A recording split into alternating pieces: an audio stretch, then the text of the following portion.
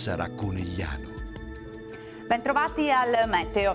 Anticiclone africano in potente rimonta, bel tempo e caldo in aumento, dunque godiamocelo perché durerà solo qualche giorno.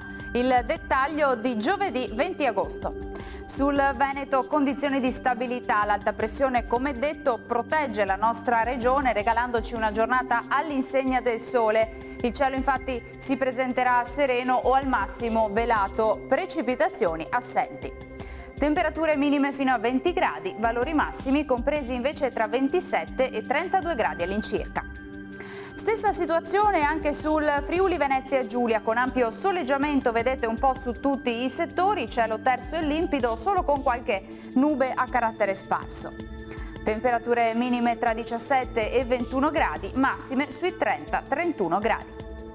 Infine diamo uno sguardo alla situazione del Trentino Alto Adige, anche qui soleggiato ovunque, qualche addensamento sui settori più settentrionali, ma senza conseguenze. Temperature minime sui 16 gradi, massime sui 31-32 all'incirca. Dal meteo per ora è tutto, io vi auguro un buon proseguimento in compagnia di Antenna 3. Arrivederci.